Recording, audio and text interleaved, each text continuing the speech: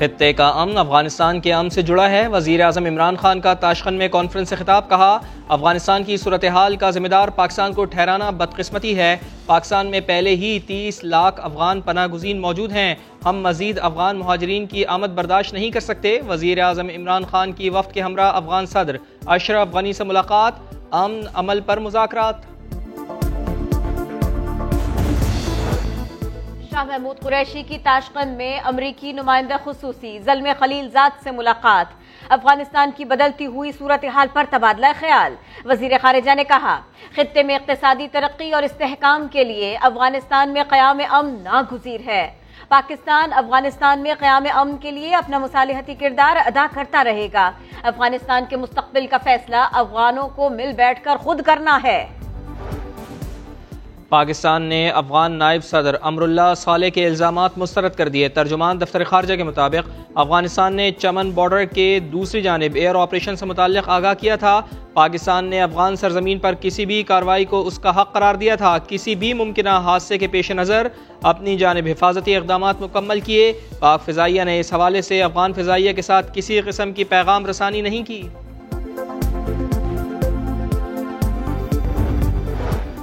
افغانستان میں شدید لڑائی، فورسز اور طالبان کے ایک دوسرے پر حملے اور ہلاکتوں کے دعوے۔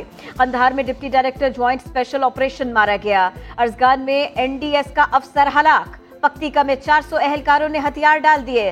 سپن بولدک کا کنٹرول دوبارہ حاصل کرنے کے لیے افغان فورسز نے آپریشن شروع کر دیا۔ بدخشاں لشکرگاہ پر فضائی حملے، طالبان نے بامیان کے ضلع سیغان کا کنٹرول واپس لے لیا۔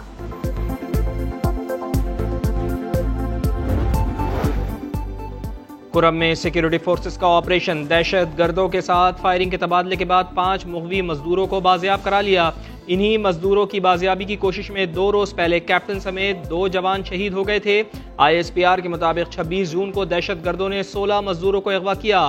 27 جون کو 10 افراد کو چھوڑ دیا گیا، ایک لاش بھی ملی تھی۔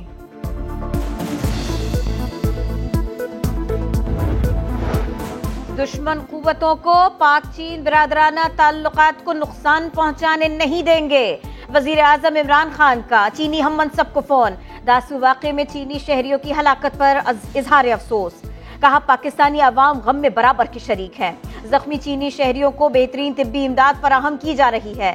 واقعے کی مکمل اور تمام پہلوؤں سے تحقیقات کی جا رہی ہے۔ چینی شہریوں، منصوبوں اور اداروں کی حفاظت اولین ترجیح ہے۔ ملک میں کورونا کی چوتھی لہر زور پکڑنے لگی، مثبت کیسز کی شرح 6% سے بڑھ گئی۔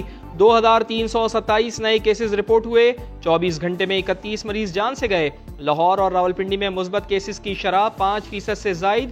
کراچی میں تشویشناک صورتحال، شرح 20% ہو گئی۔ سربراہ NCOC اسد عمر کہتے ہیں ملک میں بھارتی کورونا کی قسم تیزی سے پھیلنے کے خدشات ہیں، ویکسین شدہ لوگوں کے متاثر ہونے کے خطرات کم ہیں، عوام عید کی چھٹیوں میں احتیاط کریں۔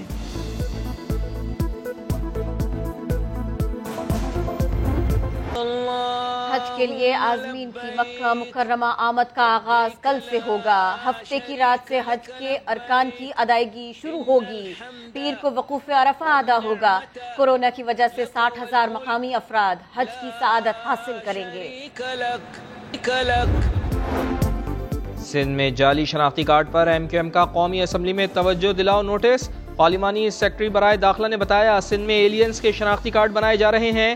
39 نادرہ افسران کو معطل، 10 کے خلاف FIR ہوئی۔ خالد مقبول صدیقی نے کہا وزیر داخلہ کو جواب دینا چاہیے، بتایا جائے 40 لاکھ جعلی شناختی کارڈز کس دور میں بنائے گئے، اگر یہ ووٹر لسٹ میں شامل ہو گئے تو جمہوری عمل پر سوال اٹھ جائے گا۔ علی محمد خان نے کہا محب وطن افراد کے شناختی کارڈ تو بن نہیں رہے، ایلینز کے کیسے بن گئے؟ ڈپٹی اسپیکر نے معاملہ قائمہ کمیٹی کو بھجوا دیا۔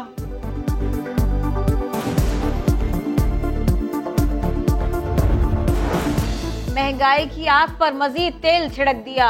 پیٹرول کی قیمت ملک کی تاریخ میں سب سے زیادہ 118 روپے فی لیٹر ہو گئی۔ یوٹیلیٹی سٹورز پر چینی، آٹا اور گھی بھی مہنگا۔ چینی 17 روپے اضافے کے بعد 85 روپے کلو ملے گی۔ گھی 170 سے 260 روپے کلو ہو گیا۔ مقبوضہ کشمیر میں بھارتی مظالم جاری، سری نگر کے علاقے عیدگاہ میں مزید 2 نوجوان شہید، غاصب فوج نے 2 گھروں کو کیمیکل چھڑک کر آگ لگا دی، حملے کے بعد دھماکوں کی آوازیں آتی رہیں، علاقے میں انٹرنیٹ اور موبائل فون سروس بند، کشمیریوں کا احتجاج۔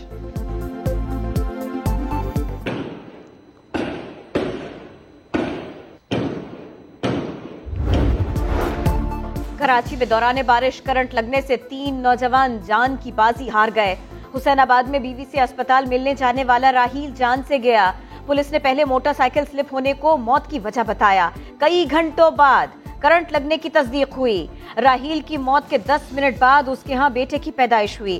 خیبر پختونخوا اور بلوچستان میں تباہ کن بارشیں، پشین کے علاقے بوستان ریزکی میں تیز بارش کے باعث گھر کی دیوار گر گئی، حادثے میں 5 افراد کی جان گئی۔